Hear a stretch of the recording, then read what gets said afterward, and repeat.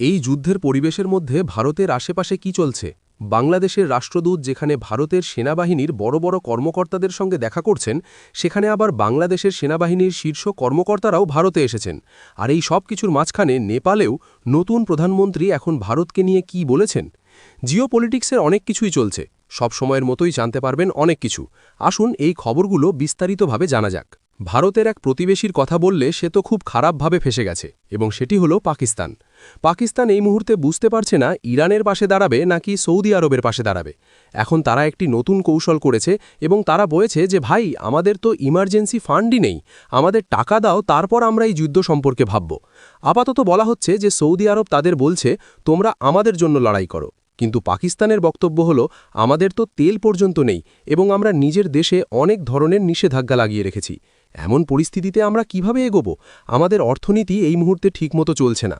আমেরিকার president Donald Trump এই যুদ্ধ শুরু করেছিলেন এবং ভেবেছিলেন খুব দ্রুতই এই যুদ্ধ শেষ হয়ে যাবে, কিন্তু তেমনটা হতে দেখা যাচ্ছে না। এখন এখানে পাকিস্তান চাইছে কোনো না কোনোভাবে তাকে সাহায্য দেওয়া হোক, যাতে তাদের অর্থনীতিও সামলানো যায়। যদিও পাকিস্তান সবসময় এমন সুযোগের খোঁজে থাকে এবং চায় যেন তার ওপর টাকা বর্ষিত হতে থাকে। তাই পাকিস্তান যদি এমন আশা নিয়ে এখানে বসে থাকে, তাহলে সেটাকে খুব অস্বাভাবিক বলা যাবে না। অন্যদিকে যদি নেপালের কথা বলা হয়, তাহলে নেপালে একটি বড় পরিবর্তন হয়েছে। র‍্যাপার থেকে রাজনীতিবিদ হওয়া বালেন শাহ নেপালের নতুন প্রধানমন্ত্রী হতে চলেছেন। নেপালে জেনারেশন জি আন্দোলনের পর যে নির্বাচন হয়েছে, সেই নির্বাচনে জাতীয় স্বাধীন পার্টি সংখ্যাগরিষ্ঠতা পেয়ে গেছে। বালেন শাহের বয়স ৩৫ বছর এবং এমন একটি ঢেউ উঠেছে যে বড় বড় নেতা এবং বহু দশক ধরে জমে থাকা রাজনৈতিক দলগুলো যেন হাওয়ায় উড়ে গেছে। পরিস্থিতি এমন হয়েছে যে প্রচণ্ডকে বাদ দিলে অন্য কোনো প্রাক্তন প্রধানমন্ত্রী সংসদেও পৌঁছতে পারেননি। সবচেয়ে বড় বিষয় হল ওলিও দাঁড়িয়েছিলেন এবং দাঁড়িয়েও এখানে কার্যত ব্যর্থ হয়ে গেছেন। ২০০৮ সালের পর নেপালে এই প্রথম কোনো দল একাই সরকার গঠন করতে যাচ্ছে। তাই এখন সবার নজর থাকবে এই পূর্ণ সংখ্যাগরিষ্ঠতা পাওয়া বালেন শাহ সরকারের বিদেশ নীতির দিকে। এর আলে কি হতো? সবসময় ঝুলন্ত পরিস্থিতি থাকত। কেউ কারোর সঙ্গে গিয়ে মিলে যেত, তারপর জোট ভেঙে যেত, তারপর অন্য কারোর সঙ্গে মিলে যেত, আবার কারোর সঙ্গে। এমন রাজনৈতিক খেলা নেপালে চলতেই থাকত। কিন্তু এখন যেহেতু সংখ্যাগরিষ্ঠতা রয়েছে, তাই বালেন শাহের হাতেই পুরো ক্ষমতা রয়েছে। এখন অনেক মানুষ বলেন বালেন শাহ নাকি ভারত বিরোধী। তার অনেক বক্তব্য রয়েছে।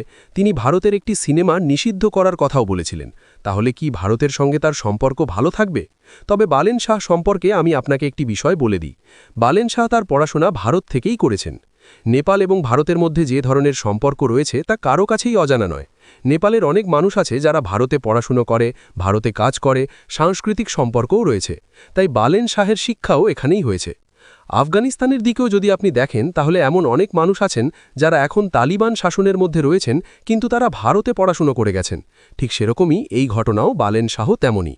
জাতীয় স্বাধীন পার্টিতে তিনি যোগ দিয়েছিলেন এবং তাদের বক্তব্য হল, দেখুন, এখন যে কাঠামো চলছে তার মধ্যে আমরা কোনো পরিবর্তন আনব না।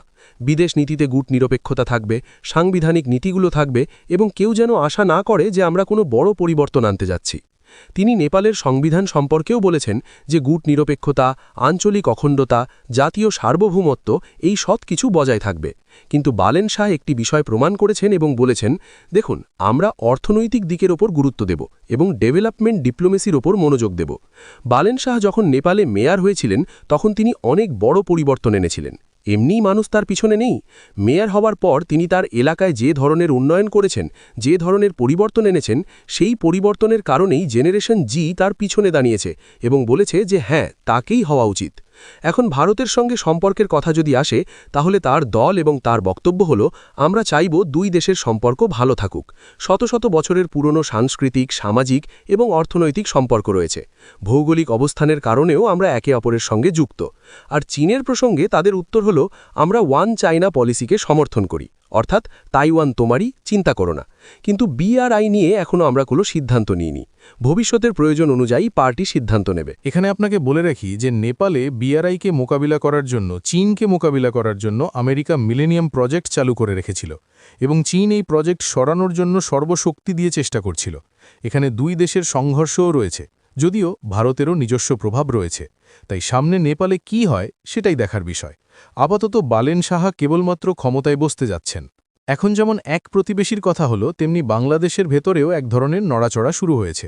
বাংলাদেশের সেনাবাহিনীর বড় চিফ ভারতে এসেছেন এবং এখানে এসে বৈঠক করেছেন। প্রথমে বলা হয়েছিল যে তিনি ব্যক্তিগত সফরে এসেছেন, তার শরীর খারাপ ইত্যাদি কারণে, কিন্তু পরে বলা হলো যে কূটনৈতিকভাবে সম্পর্ক ঠিক করার জন্য এই বৈঠকগুলো হয়েছে। এই সবের মধ্যে বলা হচ্ছে যে ভারতে থাকা বাংলাদেশের রাষ্ট্রদূত ভারতের সামরিক কর্মকর্তাদের সঙ্গে কথা বলেছেন। স্ক্রিনে সেই আর্টিকেলটি আপনি দেখতে পাচ্ছেন। এখন প্রশ্ন হচ্ছে, এই বৈঠক কেন হয়েছে? বর্তমানে বাংলাদেশ অনেক ধরনের সংকটের মুখোমুখি। সবচেয়ে আগে যদি বলা হয়, তাহলে ইরান এবং এই যুদ্ধের কারণে বাংলাদেশের উপর যেন এক ধরনের ভূমিকম্পের মতো প্রভাব পড়েছে বাংলাদেশের অর্থনীতির উপর। এটি শুধু বাংলাদেশের অর্থনীতির উপর নয়, নেপালের অর্থনীতির উপরও রয়েছে, ভুটানের উপরও রয়েছে, ভারতের উপরও রয়েছে। কিন্তু ভারত যেভাবে পরিকল্পনা করে রেখেছে, চারদিকে উৎস তৈরি করে রেখেছে, তাই ভারতের তেমন সমস্যা হবে না। কিন্তু এই যে ছোট ছোট দেশগুলো যাদের অর্থনীতি মূলত খাওয়া দাওয়া এবং দৈনন্দিন আয়ের উপর নির্ভর করে, তাদের জন্য এটি বড় সমস্যা। তাই ইরানের এই যুদ্ধ বাংলাদেশের জন্য এক ধরনের অর্থনৈতিক ভূমিকম্প। সম্প্রতি তারা ভারতের কাছে ডিজেল চেয়েছিল এবং ভারত ডিজেল দিয়েছেও। আর এরই মধ্যে দেখা যাচ্ছে যে তাদের যে বড় শিল্প, টেক্সটাইল এবং গার্মেন্ট, সেটিও এই যুদ্ধে আটকে গেছে। একই সঙ্গে এখনও পর্যন্ত ভারত তার পোর্ট, তার করিডোর খুলে দেয়নি, যার কারণে মনে করা হচ্ছে যে তাদের জন্য সংকট আরও বাড়বে। যাই হোক, এখন ভারতের জন্য লাভ কি হচ্ছে? ভারতের জন্য প্রথম লাভ হলো, চীন হোক বা ভারতের সেই প্রতিবেশীরা যারা ভারতের সঙ্গে বিরোধ রাখে, তারা এখন এমন একটি পরিস্থিতিতে আটকে আছে যে তাদের মনোযোগ ভারতের দিকে নয়, বরং নিজেদের বাঁচানো এবং নিজেদের অর্থনীতি বাঁচানোর দিকে। এমন অবস্থায় যখন এই সমস্ত অস্থিরতা শেষ হবে, যখন সব কিছু স্বাভাবিক হবে, তখন দেখা যেতে পারে যে এই দেশগুলো আরও বড় সংকটে পড়ে গেছে। তখন চীন এবং ভারতের মধ্যে আবার প্রভাব বিস্তারের প্রতিযোগিতাও শুরু হতে পারে। কিন্তু ভারতের জন্য এখন পরিস্থিতি হলো তার প্রতিবেশীদের সঙ্গে নিয়ে সামনে এগিয়ে যাওয়ার। এই সমস্ত বিষয়ে আপনার কি মনে হয়? আপনার মতামত কি? কমেন্ট করে অবশ্যই জানাবেন। অন্যদিকে আমেরিকা আবারও ভারতসহ অনেক দেশের বিরুদ্ধে বড় একটি বাণিজ্যিক পদক্ষেপ নিয়েছে। মার্কিন প্রেসিডেন্ট ডোনাল্ড ট্রাম্প ঘোষণা করেছেন যে মোট 16টি দেশের বিরুদ্ধে নতুন করে বাণিজ্য তদন্ত শুরু করা হবে। এই তালিকায় ভারতের নামও রয়েছে। অনেকেই মনে করছেন ট্রাম্পের আগের রেসিপ্রোকাল ট্যারিফ নীতি বাতিল হয়ে যাওয়ার পর তার বিকল্প হিসেবেই এই নতুন পদক্ষেপ নেওয়া হয়েছে।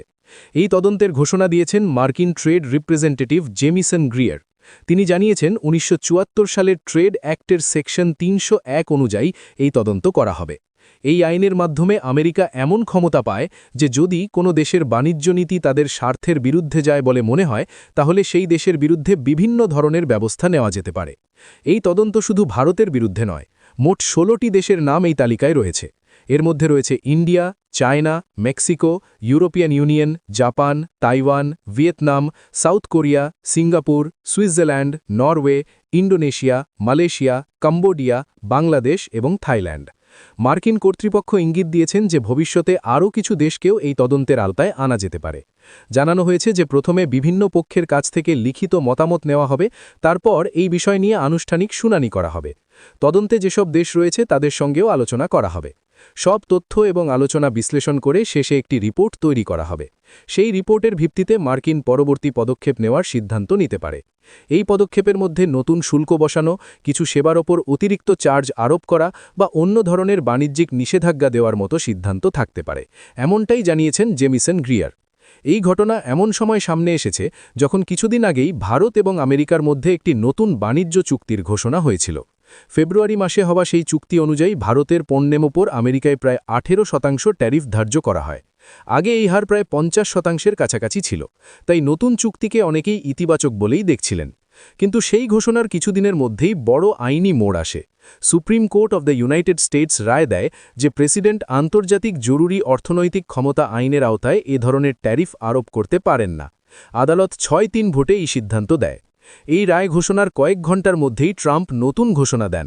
তিনি বিশ্বের বিভিন্ন দেশ থেকে আমদানির উপর 10% একটি গণব্যাপী ট্যারিফ বসানোর কথা জানান। এরপর মাত্র 24 ঘণ্টার মধ্যেই 16টি দেশের বিরুদ্ধে নতুন এই বাণিজ্য তদন্ত শুরু করার ঘোষণা আসে। সব মিলিয়ে পরিস্থিতি দেখে অনেক বিশ্লেষক মনে করছেন আমেরিকা ভবিষ্যতে তাদের বাণিজ্য নীতি আরও কঠোর করতে পারে। এর ফলে ভারতসহ অনেক দেশের সঙ্গে আমেরিকার বাণিজ্য সম্পর্কের ক্ষেত্রে নতুন করে উত্তেজনা তৈরি হবার সম্ভাবনাও বাড়ছে।